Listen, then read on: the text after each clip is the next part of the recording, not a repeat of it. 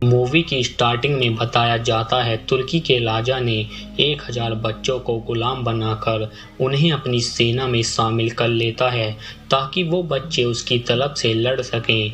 पर उन गुलामों में ट्रांसिल्वेनिया के राजा का बेटा भी होता है जो तुर्की की तरफ से लड़ते हुए इतना बड़ा योद्धा बनता है जिसे लोग ड्रैगन वॉरियर के नाम से जानने लगते हैं। तुर्की की तरफ से लड़ने के बाद वो अपने राज्य ट्रांसिल्वेनिया जाता है जहां पर लोग उसे फ्लेड के नाम से जानते हैं। उसे वहां तुर्की के सेना का हेलमेट मिलता है जो पहाड़ों से बहते हुए नीचे आया होता है। वो अपने साथियों के साथ उस पहाड़ पर जाता है जहां उसे एक गुफा मिलती है और फ्लेड अपने साथियों के साथ उसके अंदर चला जाता है जहां उसे इंसानों की हड्डियां मिलती हैं। तभी उन पर एक वैम्पायर हमला कर देता है और फ्लेड के साथी मारे जाते हैं, पर फ्लेड उससे बचते हुए धूप में आ जाता है जिससे वो वैम्पायर वापस चला जाता है। ये देखने के बाद फ्लेड परेशान हो जाता है क्योंकि उसने वैम्पायरों के बारे में कभी नहीं सुना होता।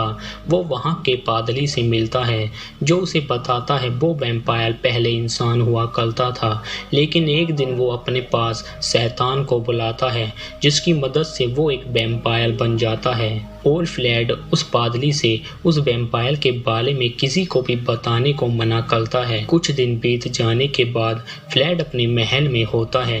तभी वहां तुर्की के कुछ लोग आते हैं जो फ्लेड से लगान मांगते हैं। फ्लेड उन्हें लगान देता है, लेकिन उन लोगों को लगान के साथ 1000 बच्चे चाहिए होते हैं जो उनकी तरफ से लड़ सकें, जिनमें फ्लेड का बेटा भी होता है। ये कहकर वो लोग चले जाते हैं। फ्लेड उन बच्चों की बात से परेशान होता है क्योंकि जब फ्लेड छोटा था उसके पिता ने उसे भी तुर्की को सौंप दिया था।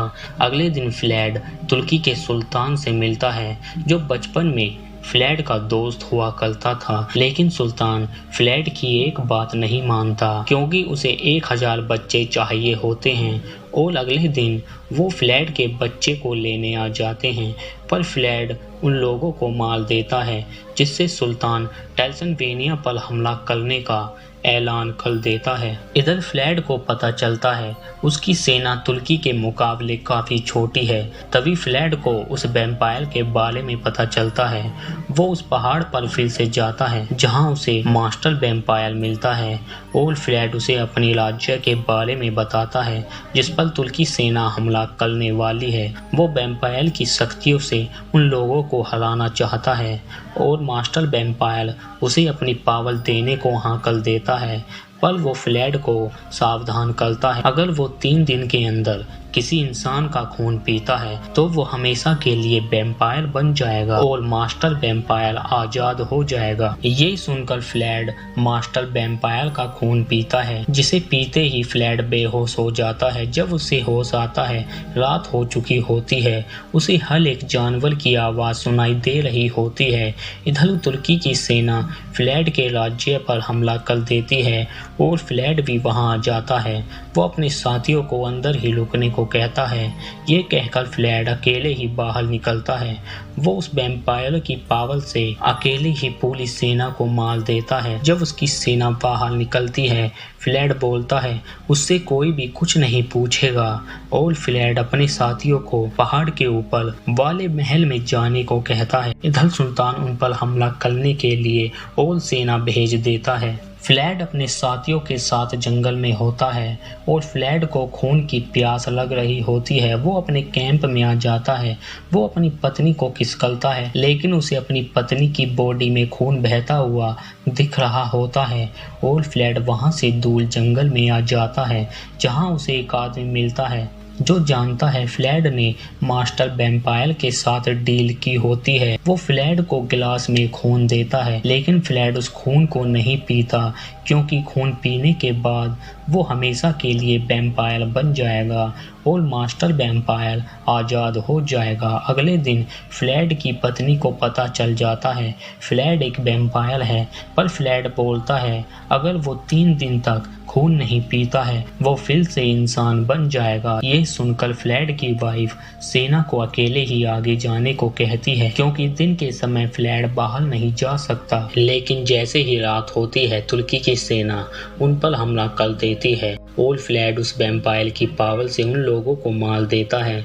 वो अपने साथियों के साथ महल में आ जाता है, लेकिन वहाँ के पादरी को फ्लैड की सच्चाई पता चल जाती है। वो उसे मारने के लिए वहाँ आग लगा देते हैं। पर जैसे ही रात होती है, फ्लैड बाहर निकलता है। वो अपने लोगों पर गुस्सा करता है क्योंकि वो वैम्पायर उनके बच्चों को बनाने के लिए बना होता है। ये सुनकर वो लोग फ्लैड से माफ़ी मांगते हैं। इधर सुल्तान को भी फ्लैड की सच्चाई पता चल जाती है। वो एक वैम्पायर है और सुल्तान की सेना उन पर हमला करने के लिए तैयार होती है, लेकिन फ्लैड उनसे अकेले ही लड़ने आ जाता है। वो उन सब लोगों को मारने लगता है, पर इस बार सेना काफ़ी बड़ी होती है जो उनके महल तक पहुंच जाती है और वो मासूम लोगों को मारने लगते हैं। वो फ्लैड की पत्नी और बेटे को पकड़ लेते हैं और सूरज भी निकलने वाला होता है। तभी फ्लैड अपनी पत्नी को नीचे गिरते हुए देखता है। वो उसे पकड़ने की कोशिश करता है, लेकिन काफ़ी देर हो चुकी होती है और उसकी पत्नी फ्लैड को उसका खून पीने को कहती है क्योंकि फ्लैड कमज़ोर पड़ रहा होता है और उसकी पत्नी की मौत हो जाती है। फ्लैड उसका खून पीता है जिससे वो मास्टर वैम्पायर आज़ाद हो जाता है और फ्लैड अपनी पावर से सूरज को ढक देता है जिससे अंधेरा हो जाता है, लेकिन तब तक फ्लैड के सारे लोग मर चुके होते हैं। वो कुछ लोगों को अपना खून पियाता है जिससे वो भी वैम्पायर बन जाते हैं और तुर्की की सेना को मार देते हैं। इधर फ्लैड अपने बेटे के लिए सुल्तान के पास आ जाता है, जहां पर उसने चारों तरफ चांदी के सिक्कों को जमीन पर गिराया होता है जिससे फ्लैड कमज़ोर पड़ जाता है। पर उसके बाद भी फ्लैड सुल्तान को मार देता है। वो अपने बेटे को लेकर बाहर निकलता है, लेकिन उसके साथ ही फ्लैड के बेटे का भी खून पीना चाहते हैं जिससे फ्लैड को गुस्सा आता है।